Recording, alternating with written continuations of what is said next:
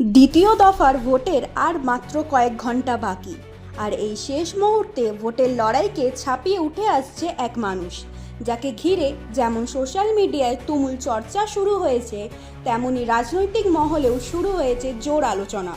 ফলতা থেকে শুরু করে গোটা দক্ষিণ 24 পরগনায় এখন চর্চার কেন্দ্রে আইপিএস অজয় পাল শর্মা। উত্তরপ্রদেশের এনকাউন্টার স্পেশালিস্ট হিসেবে পরিচিত এই আধিকারিককে দ্বিতীয় দফার ভোটের আগে পুলিশ পর্যবেক্ষক হিসেবে পাঠিয়েছে নির্বাচন কমিশন, কিন্তু দায়িত্ব নেওয়ার পরই বিতর্কে জড়িয়ে পড়েন তিনি।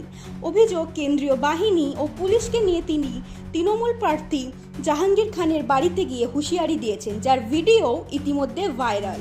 এই ঘটনার মাঝেই তৃণমূল সাংসদ মহুয়া মৈত্র সমাজ মাধ্যমে কটাক্ষ করে পোস্ট করেন, আশা করি আপনার পুলিশি দক্ষতা আপনার নাচের দক্ষতার চেয়ে ভালো।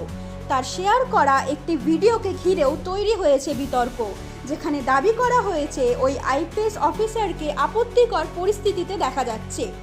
অন্যদিকে জাহাঙ্গীর খানের সাফ বার্তা, উত্তরপ্রদেশের পুলিশ আধিকারিক সিংহাম হলেও তারাও এক একজন পুষ্পা, এবং কমিশনের পক্ষপাতমূলক আচরণে মাথা নত করবেন না বলেও জানিয়ে দেন তিনি। সব মিলিয়ে দ্বিতীয় দফার ভোটের আগে পরিস্থিতি যেমন জটিল হয়ে উঠছে, তার পাশাপাশি প্রশাসনিক ভূমিকা নিয়েও বাড়ছে বিতর্ক।